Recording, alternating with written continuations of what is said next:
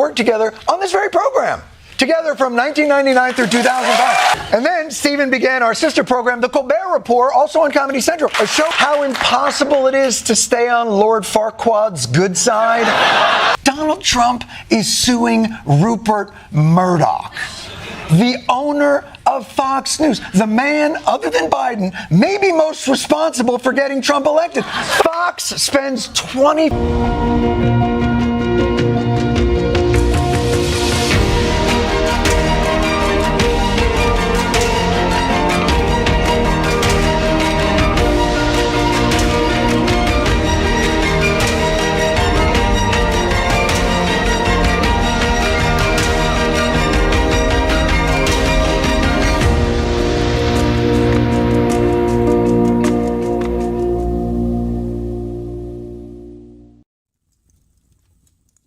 Hello, everyone. Welcome to Downtime. Thank you so much for joining us, especially those of you in the UK who are staying up for the show. Wow. Thank you. With me tonight, as always, is Lance. Lance, how are you?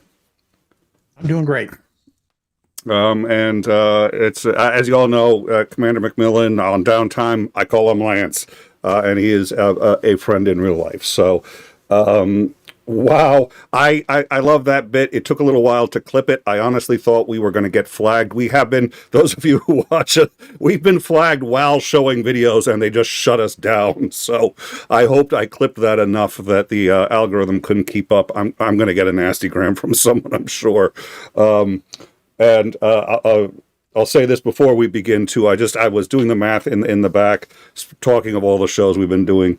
Found out we are at roughly, if you go look and see, we have 1,400 videos, but a lot of those are shorts and stuff like that. That's repurposed material. I did find out that we have just under 925 original videos. So that's either Nick of Time, where it's pre-recorded, or a pre-recorded interview like with Seth Andrews, or any of our live shows. 925. So as we get closer on, Commander, I hope you'll be able to join us. We're going to have to do something as we get, I was like, we can't have 1,400. How many do we actually have? And I found out in time this is upwards of our 900th show. So like, wow.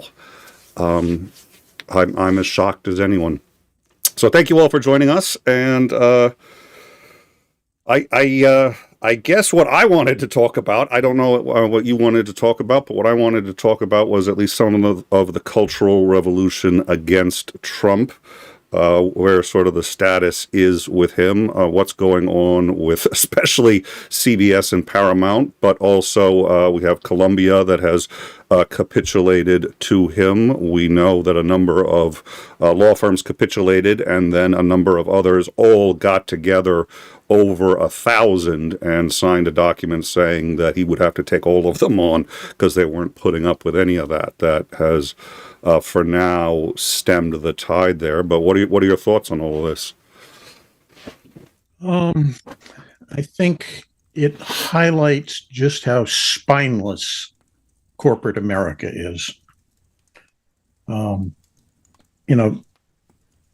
the stuff that they're allegedly doing that makes him irritable is perfectly legal. Yet the fact that he's making these empty threats of I'm going to shut them down and I blah, blah, blah, and they cave without the slightest real pressure. It speaks volumes. What I loved, and I made sure I kept in that clip, was pre-compliance. The idea that they want to comply before they get into trouble with him. They know they've got this merger coming up. They know he will weaponize the FCC, and if he doesn't like them. And he's targeted another program. I've forgotten what it was. I'm going to see if I can find it, but it was a very specific complaint about like one episode of one program on a show, and I'm sitting there going, and he was demanding that they change it. I was like, he's starting to micromanage. He's like, the production values on Yellowstone aren't quite what I think they should be. It's a good show, but do they have to have Kevin Costner in there? I mean, he's not much of a man. Can we do something? I mean, it's it's the God King. He's really assumed that. It absolutely is. And you go back through history, and it's that kind of micromanagement that is a common thread with all these authoritarian leaders. Is they're so convinced they know better that they have to get down into the weeds with everybody and tell them how to run things. Oh. Let's see. Okay, so there was the USAID, but that was just they've been dropping banners now of Trump over the government building. So in between the pillars, the sort of Greek pillars. So USAID has. I'll see if I can get a photo of it and bring it up. But it's really scary. And the funny thing was, I went to go read the article on what was happening at USAID. I saw this photo, and I'm like, nobody mentioned the photo. I wasn't even in the. It was just like, well, he's cutting. Yeah, and you see it, and the immediate thing that comes to mind is, oh, we're in Pyongyang. Yes, that is exactly. I was just like, it's and because he likes, and the other thing was, I was having a discussion on Twitter, which I try not to do because the words Twitter and discussion are, for the most part, mutually exclusive. But let me see, I do have it, and I just need to get this out really quick. I was having this discussion, and I ended up showing a photo of Trump, and they got really pissed at me. Because they're like, okay, you see, this is what liberals do. You know, you've picked the worst photo of him possible. He looks like Darth Vader. He looks like a terrible, menacing human being. And you've picked... Freaking official photo. I'm sitting there going, this is his White House photo. I commented on this, I think it was on the Shills. I'd gone into the hospital at Fort Lewis, which is, where I get all my surgery and everything done. And there's this lineup of photos on the wall, the senior enlisted guy, the base commander, the commander of this battalion, and everything. And there at the end is the presidential photo. This is the one that everybody in DOD has been told, you must use this photo. And I swear to God, it looks like Palpatine out of Star Wars. Yeah. Yes, it does. It's glowering, dark features lit from below. It's so sinister. Yeah, there. Except that doesn't quite do it justice, because in the real photo, it's very, very dark, and the only thing that's lit is that face. It's even, let me find the real photo because it's worth finding. But this was, so I was reading, and I'm sitting there going, I'm aware that they put the presidential photo in every embassy. They put the presidential photo in every military base, every single one. And in fact, they are so set on it that they change it the second, in all of them simultaneously, the second the president changes. So as soon as the commander-in-chief goes from in January, January 20th, when they hand over power, boom, all the photos change. So I'm already aware that this glowering Emperor Palpatine, it's this, and or he looks like he's an impersonator of like a mafioso, like he's trying to be, what's his name? And the key thing to understand is he had to go and consciously choose that photo out of probably hundreds of portrait photos that were taken prior to his taking office. That's the one he wants the world to see him as. Yep. So, and it's the one too that... what a giveaway.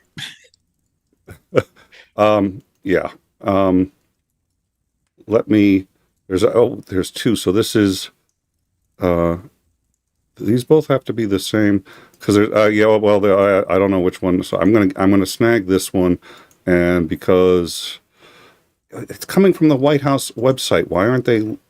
They're not going to let me get the. Okay, so from the White House website. So I am not editing this. I am not doctoring it. this is how he wants to look, and how he wants the rest of the world to see the United States. Give me one more. Well, give me one more. This isn't, because I'm seeing this in the chat stream. This has nothing to do with artistic merit or gravitas or anything. This is how he wants to be seen by the world. And he does have this. You had said this before, and it's something that has served me. Please, I'll remember what I got to say. He wants to inspire fear.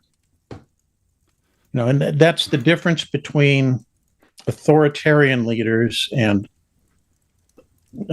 democratically elected populist leaders.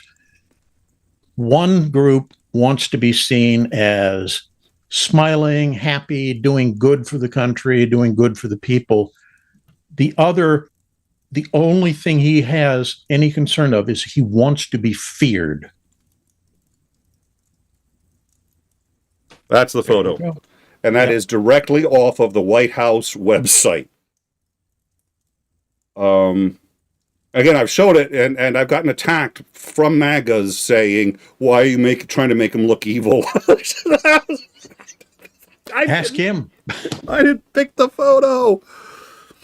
But yeah, you had said this, and I had never really thought of it, that he has a mafia personality. He's not actually very good at it. It's sort of this mimicry, and he likes it. He likes the idea. He thinks the world should be run the same way Don Corleone runs his family. And he doesn't quite have the actual gravitas or intelligence, because it actually takes significant intelligence to survive, thrive, and get to the top of an organization like that. That organization does not select for stupid people at the top. He doesn't have the ability to do it. But it is what he likes. It is what he sees and aspires to, and thinks the whole world should actually be run this way. Well, it's like his fascination with gold fittings and such. It's because in his mind, having gold everything around him tells people, look at me, I'm fabulously wealthy. I'm more wealthy than you will ever dream of being. That's why gold is so important to him. It's not that he likes the freaking color or metal or anything. No. It's just that he wants people to think of him as hugely wealthy. Yep. Well, and he, hold on one second. I think for MAGA, and I had said this before, I think MAGA does see him as a father figure, or messianic. I mean, those two aren't necessarily that distinct. And I think they do feel safer with just because of the. It's the father figure, but it's also the stern, unforgiving disciplinarian father figure. Not the nurturing, friendly, trying to make you a better person father figure. That's not what they see as the appropriate thing.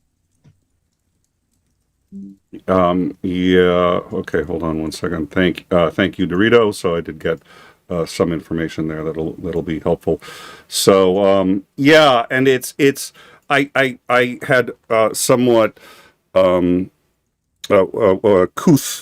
been a little uncouth when I had said that he let sort of MAGA walk around like a surrogate cock. He was a surrogate cock for them. Whoever felt disenfranchised, whoever felt that they were talked down to because liberals called them stupid, which we called a lot of people. We have a lot of blame in the name game.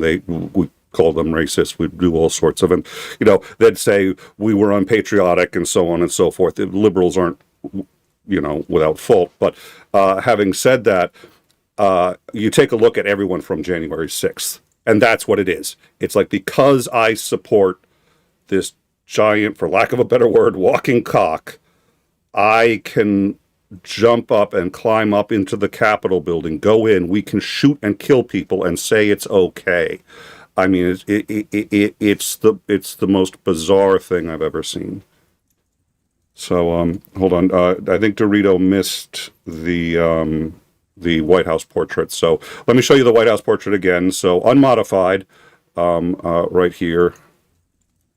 Whoa! Oh, sorry, sorry, wrong one. That one was it. This is the White House portrait. There. Sorry, wrong button. This is after he shaved. Oh.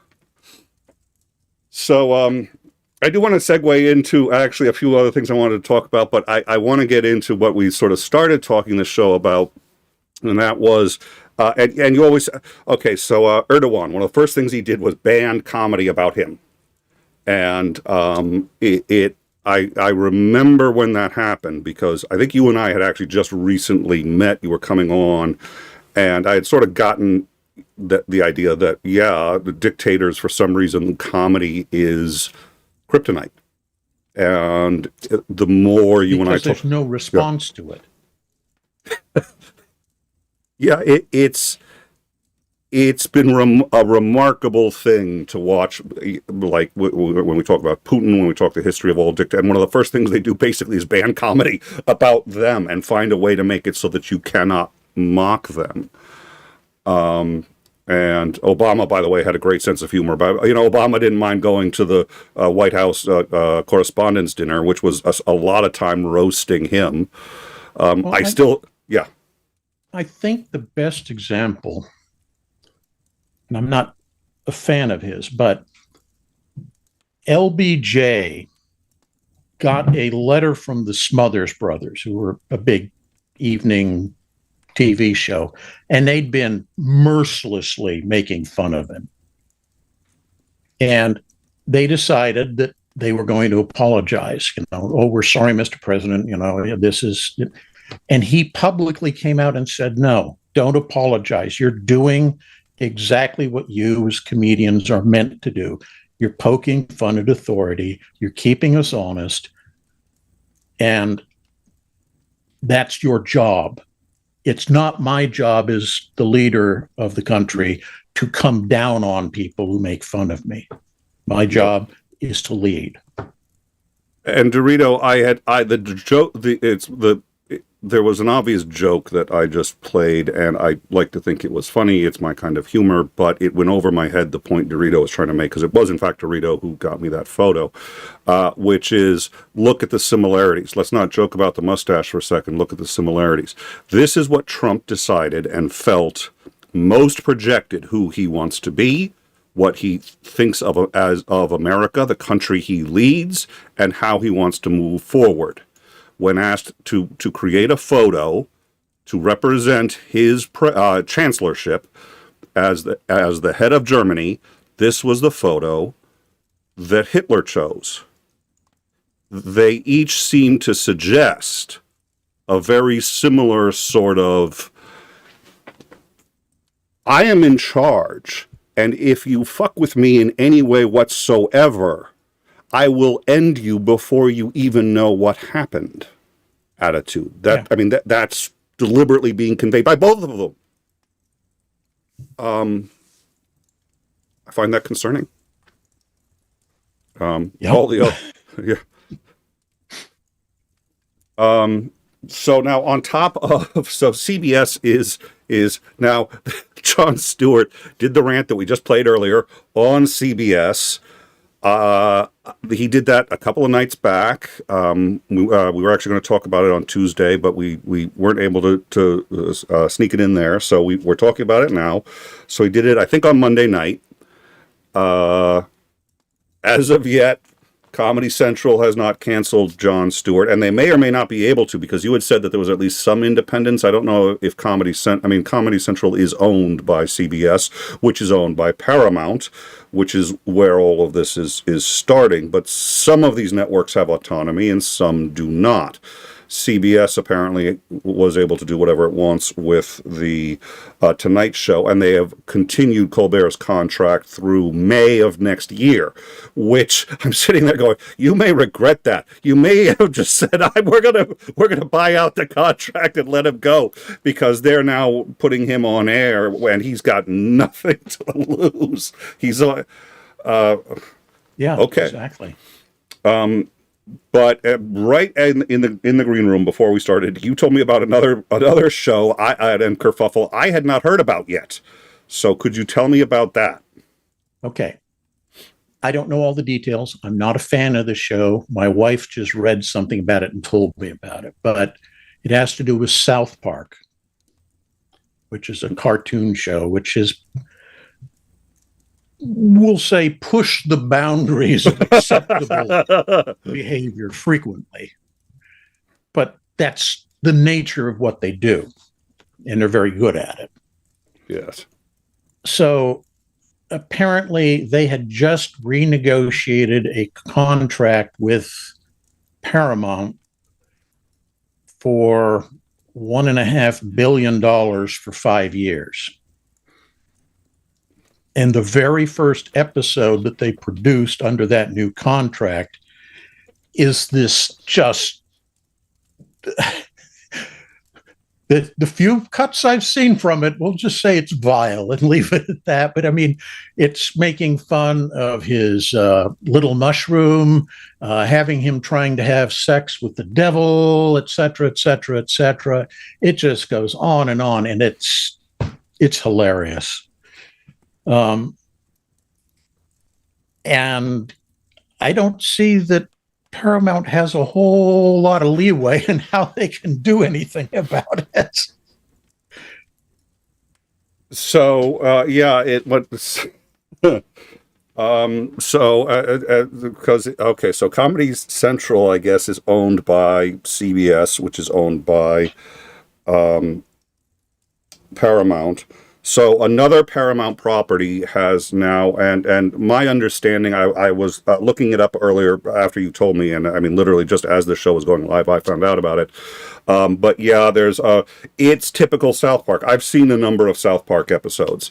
Some of them, I'm just like, I really do not particularly enjoy this material. Some of it, in my view, actually borders on genius in terms of the level and intricacies of satire.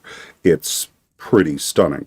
But you have to have some tolerance for some really immature humor, a lot of poop jokes, and you have to dislike Canada.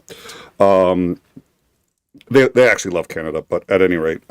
So having said that, I've been looking into it, and it's basically, it is one of the things I'd seen in an interview with the Trey Parker and Matt Stone, who are the creators of South Park, right after their movie, their South Park movie was released, and it had an R rating, and they said when they first got it to the rating agency, it got an X rating, a single X, and they didn't care. They didn't mind wasting the film production company's money, and they're like, we're really kind of pissed that they get to decide what is going on. So rather than fix the problems that they were told to fix, they made the problems worse. And they said, let's just send it back and keep sending it back and make it worse each and every time. And they said, and at some point they're just going to get sick of watching it, which apparently they did. And they finally gave it an R. Now, if you've seen the movie, you know why it got an X. And you can tell that the reason it got an X is still in the movie. It's a very real penis gets used in a lot of interesting ways in the movie. So they're not episode joking. In question Yeah. we're talking about here, it's kind of the same thing. Oh, well, that's what I'm suspecting. So I mean, they are not beyond just doing something for the sake of making it as dirty, nasty as possible to illustrate whatever point they're illustrating. In this case, it was, in their view, the absurdity of the rating system, and in this case, it's Donald Trump. I would not want to, I mean, yeah. Oh boy. So if you're a CBS executive, and I have to imagine they're sitting there going like, you realize someone's going to have to say, Mr. President, and maybe they'll even have this in the video because this is the kind of thing they do. Mr. President, South Park made a video about you, and you probably don't want to watch it. And of course, he's going to have to watch it. And he's going to be sitting there going like, it's legal to make stuff like this. It's like, yeah, it's a free country, whether you like it or not. And oh wow. So yeah.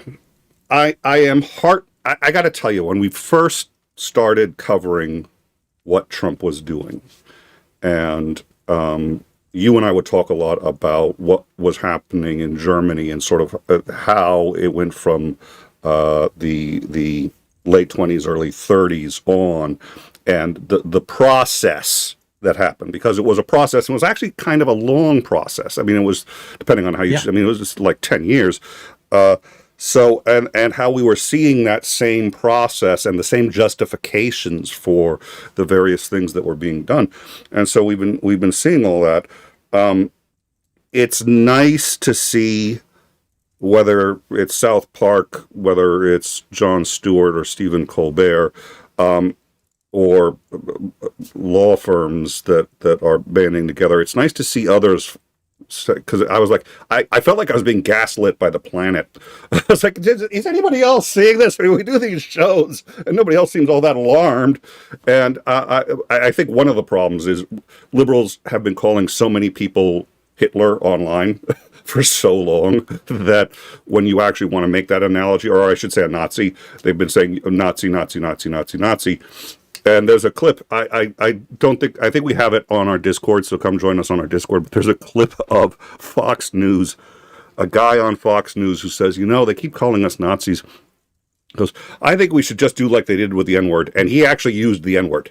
He actually used it. He goes, I think we should do like they did, and we should own that, So from now on, I'm just going to call all of you Nazis. He goes, hey, Nazi, hi, Nazi. And they're all going, hey, they're doing it. And I'm like, yeah, you have so missed what the... Oh, and there is a panel of 5 or 6 Fox News people joyously calling each other Nazi for 2 minutes straight. And not seeing any irony in that situation. Yeah. Which, another thing that came to light recently, and I don't know where this was or who it was, but some journalist held an open debate with hardline MAGA types. And the idea was that the audience at any point could declare that one side or the other in the debate had lost, and the person in the wrong, or who had lost, would have to leave, and then somebody would replace them. Yeah. And the MAGA types they got in, I mean, they're saying things like, my family are not immigrants. We came here in boats in the 1890s or whatever it was. So we're natural Americans. And somebody, pointed out, well, what about these people who were here before then? The Native Americans or the people who've been slave traded into the United States. They're not real Americans. They need to be made to go home, back to where they belong. And they saw nothing incongruous with that logic. And others saying, oh yeah, we want to end the democracy. We want an authoritarian in power who will tell us all what to do. We don't want to have to make choices for ourselves. And so, the question was, okay, so let's say Biden becomes the leader. What are you going to do now? Because, by your own statement, no, he doesn't count as being a natural leader. So it's all, handpicked their own logic of what gets to be real and what doesn't, no matter how absurd and obviously contradictory their logic is. And, it was like every time you asked them a question, they just dug the hole deeper. There's been a couple of those. Yeah. And as we've been saying for a while, It's not a political movement. It's a cult. It's a religious cult without being a religion, but it is. And that's one of the reasons I think that should the hierarchy in the GOP slant MAGA world decide that Donnie has outlived his usefulness and boot him, I'm fairly convinced that the movement will collapse because he is the linchpin that holds all of it together. And the moment he's removed from the equation, the various groups who don't really like each other, in fact, in some cases hate each other worse than they hate liberals, they'll go back to infighting amongst themselves and everything will come apart. So that's one of the reasons they're keeping him on life support so desperately, because I think they know. Well, and I feel like, and I want to address this in a second, but I do feel like it's actually a little bit like chess that, they're now checkmated 12 moves away, or it's like the Titanic. They've just hit the iceberg. Some people know it's going to sink no matter what you do, and others are like, well, let's not worry about it. But it feels to me like we maybe have hit that point, and I'm curious to see your opinion of that. What I did want to point out, because we were talking about South Park, and it's a work of genius sometimes. There was an episode, it was a two-parter, and it was right after the Danish cartoonist was killed for drawing an image of Muhammad. And South Park decided that in solidarity, they were going to show an image of Muhammad on their show. And I said, we're going to do it. Period. End of discussion. We don't care what, I think they were for Fox, under Fox at the time. I don't remember, but like, we don't care. We're doing it. But to sort of mock the whole thing, one of the things they did was, they're like, how far can we go? Can we have an image of Muhammad if he's in a teddy bear suit? And so they had the actual image, but it was covered up by a teddy bear suit. So they're like, we did draw it, but he's in a teddy bear suit. And so what they did was they had the entire, for the entire show, the four boys that are the main cast find out that if they draw an image of Muhammad, there might be a terrorist attack. And we all have to be afraid and you can't do it. And they split, and half of them want to do it and half of them don't. And that show echoes the entire debate that was happening in this country about should we, and Christopher Hitchens famously came out and called out CBS, and he's just like, look, we're talking about the cartoonist who just died, and you won't show his cartoon. And I know why you won't show his cartoon. It's newsworthy.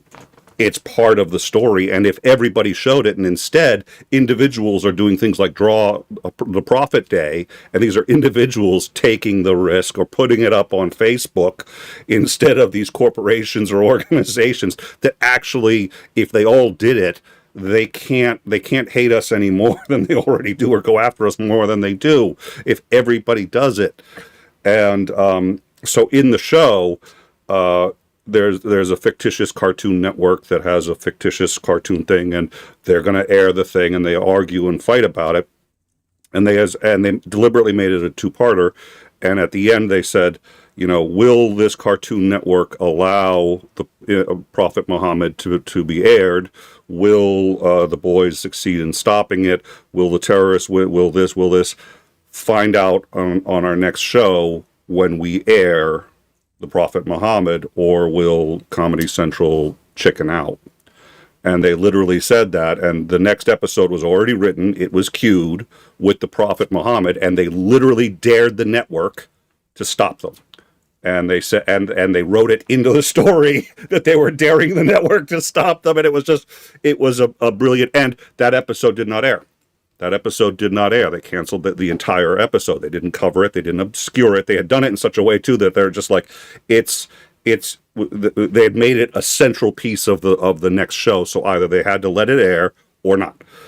It was amazingly done, and it was very meta, and I'm a big fan of meta. So I watched Inception like 16 times. Or 17, 18, 19, or 20 times, depending on how you think Inception actually works. At any rate, very bad joke. So the Wall Street Journal came out yesterday, and said that Pam Bondi told Trump in May that his name was in the files repeatedly. He then ordered the Justice Department to go through the files, not to scan for privacy, not to see whether there was credible or what, but to find all the places where he's mentioned, which they did. We don't know how many times, we don't know where, but we know that they've done that. They have refused any requests for information as to why they're doing that. Like, why are you looking for the president's name? Why aren't you just releasing the files? I thought that's what you were going to do. Now, Congress has issued they haven't issued the subpoena yet, but issued a commandment to the head of it's not the Judiciary Committee, but it's one of the investigative committees. He is required to issue a subpoena to Ghislaine Maxwell, to the Clintons, to the DOJ and the DOJ may or may not give over the files. I think we're going to see all sorts of wrangling over that.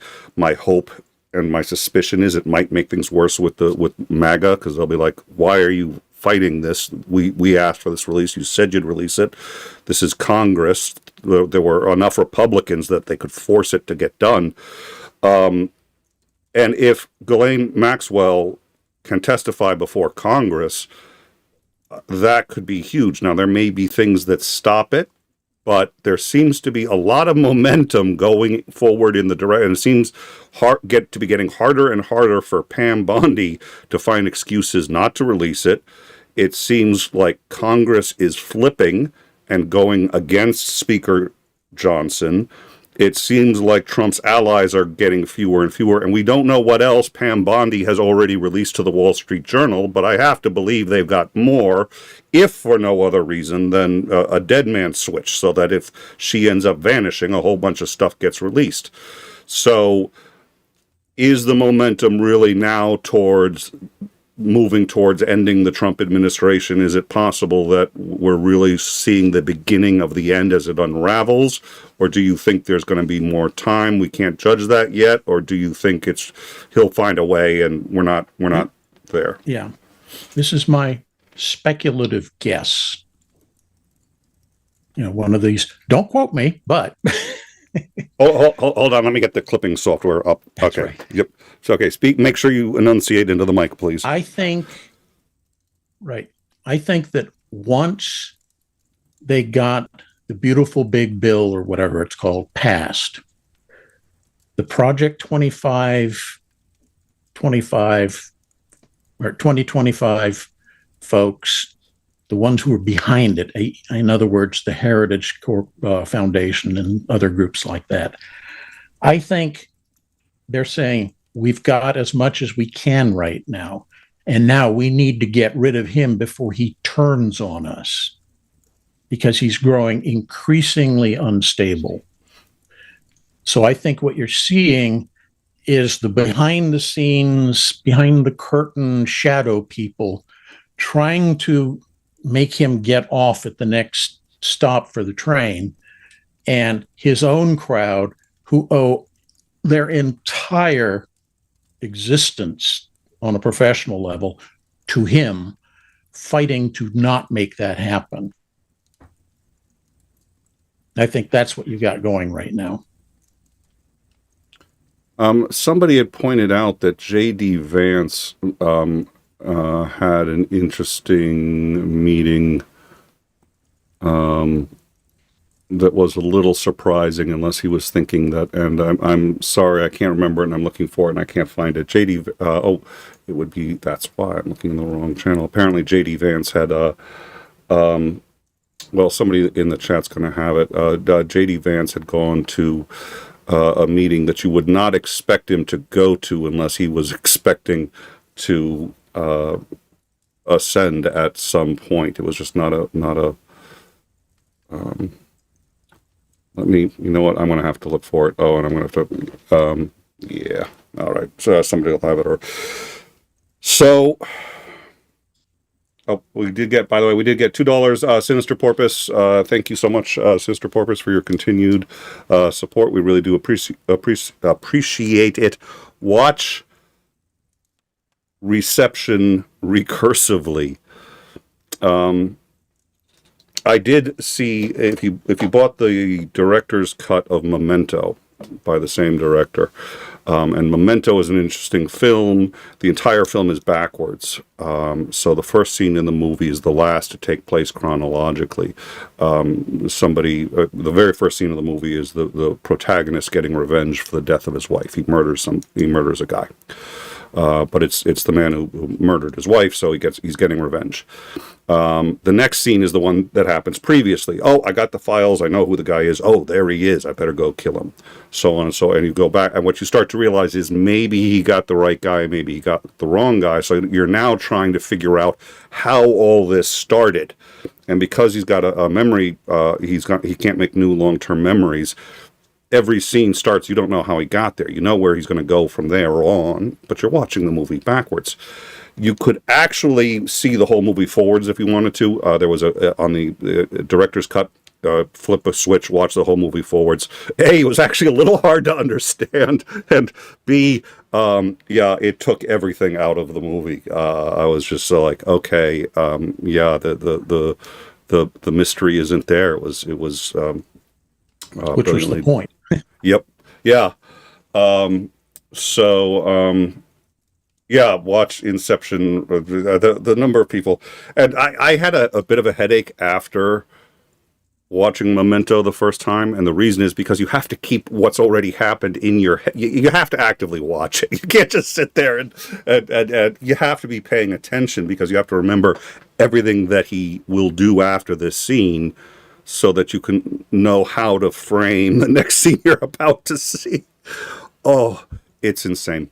All right, so I'm going to check the live chat here. Murdoch and J.D. Vance. Oh, that was it. J.D. Vance went and visited Murdoch. That was it. Thank you. J.D. Vance had a meet with Murdoch, which was described as cordial. And I'm... Ghislaine Maxwell also had a meeting with the assistant DOJ head of, not Pam Bondi, but the one directly below her, that was also described as cordial. I was like, yeah, oh boy, that's going to be an interesting meeting. What do you think Trump's going to do in that? With her, is he gonna just sit back and do nothing? Is he gonna try to pardon her? Is he gonna have his? He can make the argument that she fell under the plea agreement made with Epstein in 2008 and just have everything dismissed. I think the easiest approach for him is to cut a deal with her, whereby if she gives testimony that his involvement was minimal, if any, they're photographs, but those are staged or they're deep fakes or what have you. It doesn't matter. The idea is to downplay any connection between him and Epstein and get her to testify to that. And then he will issue a pardon, so she's free and clear on all charges. That, from his perspective, makes perfect sense. Will she go for it? Who knows? But I mean, honestly, were I in his position, I think that would be the approach I would take, because you want to reassure your cultists that, oh no, I had nothing to do with it. This is all just lies and propaganda being put out by the people who hate me. It's all Obama's fault. It's all Biden's fault. It's all Hillary's fault. Hunter's emails or what have you. It's just, the crap that he's been putting out all along. And you reinforce that with, I am pure as the driven snow, and it's everybody else who's the problem. And the base will eat that up. Mm. Some of them may not, but if you can get a concerted effort where the only witness says nope, and DOJ redacts the files well enough that there's no obvious tie-in for him, then he can say, see, this proves I had nothing to do with any of this. I didn't rape young underage women. That it wasn't me. I would never do such a thing. I'll just go on a date with my daughter. Oh, God, yeah, I know. Oh, let's not even... Thanks, Lance. I had forgotten about that. And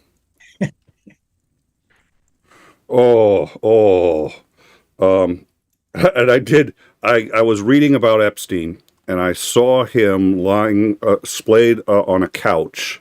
But he was in it was one of those shoots that they might do for Vanity Fair or something like that. So he's kind of splayed on a couch. He's a little younger, and there's this young woman just kind of nestled up into and just along it. I was just like, oh wow, that makes him look really bad. I was just like, that's a young underage, and that's Ivana or Ivanka Trump. that's his daughter. I was just like, oh dear Lord.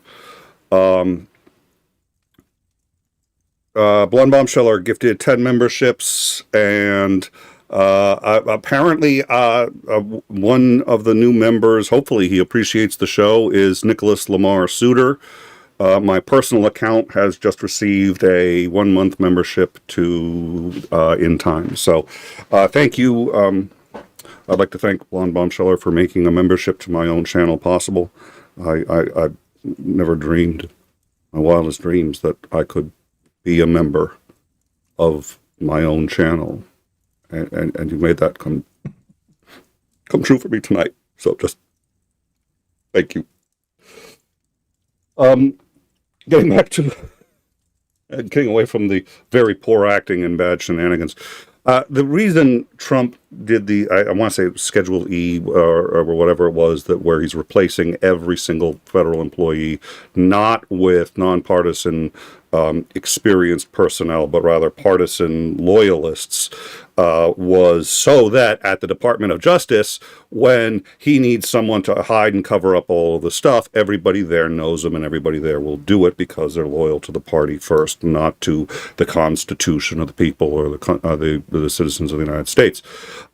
He has not fully succeeded in doing that yet. He's been doing that at a breakneck pace. I mean, he's been trying to do it as fast as possible. But the fact that we've been getting the leaks that we've been getting out of the Justice Department suggests that there are people who still have some loyalty to the system there. And indeed, there have to be some there, because he can't do it that quickly. He can't replace everybody with somebody who hasn't gone through the academy at Quantico. He can replace most of them, but not quite everybody. Not yet. He'll get there. That's his goal. But it's not just snap his fingers.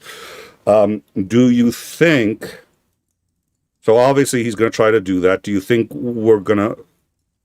Do you have any optimism that we're going to see something come out of the Department of Justice that looks reasonably accurate, or that reasonably accurately reflects the Epstein files? Do you think that that's going to get to Congress, or do you think, or just get, if not to Congress, then somebody's going to leak it, or no? I suspect it's going to be parts of it will get leaked, which are not favorable to him, but the official document that gets handed down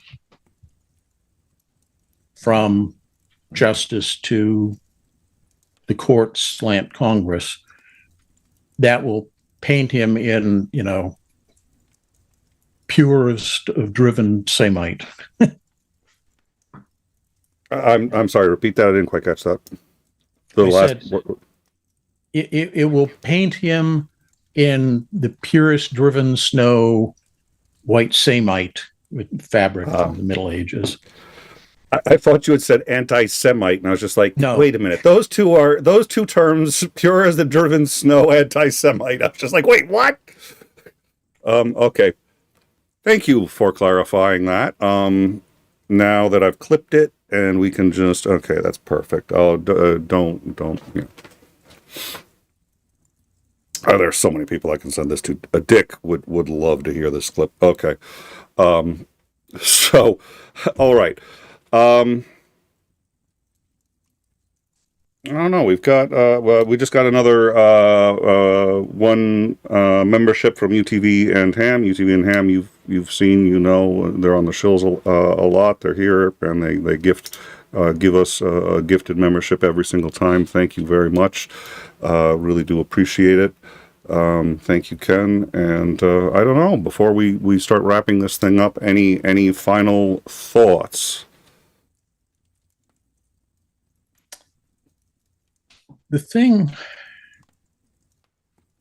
I keep waiting for that never seems to materialize is the Dems going on the offensive against him. And to my mind, the fact that the more evidence mounts about how bad he is, the quieter the Democrats seem to get. That's troubling to me. And I don't know, but I would suspect that those shadowy figures behind the curtain have already infiltrated the DNC, and they're trying to set themselves up to take that side because they know coming in the next election, the MAGAs and the GOP are likely to just plummet. So they're setting themselves up so that if and when the fall of the MAGA cult occurs, they'll still be in the catbird seat driving the train. That is, yeah. I think a lot of the hierarchy in the DNC is more than happy with it because it comes with lots of money attached. The amount of corporate sponsorship of the RNC and Republican candidates, I've always had a pretty clear idea of. The amount that it happens on the DNC, I knew there was some. I didn't think it was nearly as big or bad as it was, but watching the Democrats' reaction to genocide in Gaza, the starvation of 2.1 million families. These aren't soldiers. These aren't, and they're in the areas that they used to live. We showed pictures of the demolition that Israel is now deliberately demolishing. They're going in, setting up charges, and just wiping out entire. I'll show this one. This was of, I think, 2 or 3 days ago. Let's start that. Yeah, back just level whole city blocks at a time. Now, most of this is already destroyed anyway, but and here they are. This is detonated, and they're not giving them alternative places to live. We're doing it for public safety. Yeah. The buildings are unsafe, so we're knocking them down so children don't play in the unsafe buildings and get injured. Out of curiosity, did you have any idea how those buildings got to be unsafe? Mysterious things were falling from the sky and exploding, and who knew where those came from? Must have been Hamas. Well, okay. So we're gonna say Hamas. We'll look into it. The U.S. will look into it. Everything will be fine. Yeah. Well, and the fact that we could, it's just.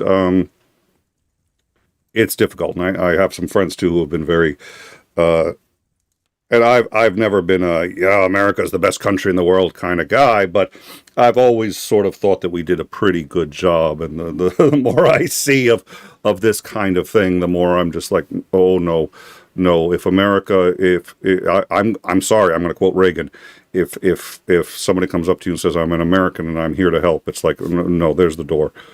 Go that way. You're not. Welcome here. Yeah, I get it. Do you see the most hope in leaks from the Wall Street Journal, and journalists and stuff like that, or do you see it from something in the political process? Everybody's up in arms. They're like, it's done. We've got the subpoenas. It's like, A, you don't have the subpoenas yet. I think you'll get them, but you don't actually have them yet. And B, you're gonna what I think you probably subpoenaed was a lot of pieces of black paper with a little white around the corners. They will be that heavily redacted. Anyways, where do you think the best hope right now lies for, at a minimum, at least with our biggest problem, this current administration bringing that down? As bizarre as it sounds, that same shadowy behind the curtain group, I think, are the ones that are going to make the determination of when and how he falls. What comes after him, your guess is as good as mine, but I don't think it bodes well for us, because I think whatever comes after him will be with an implicit understanding amongst the folks that constitute the follow-on group that we're not going to change any of the stuff that was passed that favors the shadow group. That's now encoded in stone. Basically, the big, beautiful bill. Yeah, exactly. So- And I'm not as optimistic as some people are about, the Times or the Post or somebody will leak something and publish it and it'll embarrass them.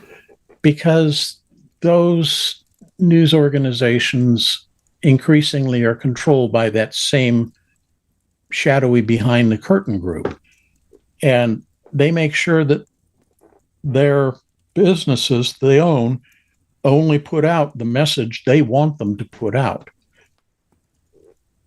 And to put this in perspective, they control both sides of that equation. So what's coming out on, Truth Social, Fox News, whatever. Yeah, we hate that if we're left-leaning people, but it keeps the people on the right in line with the thinking that those oligarch people want them to be thinking. Yeah. The same goes for the stuff on the left.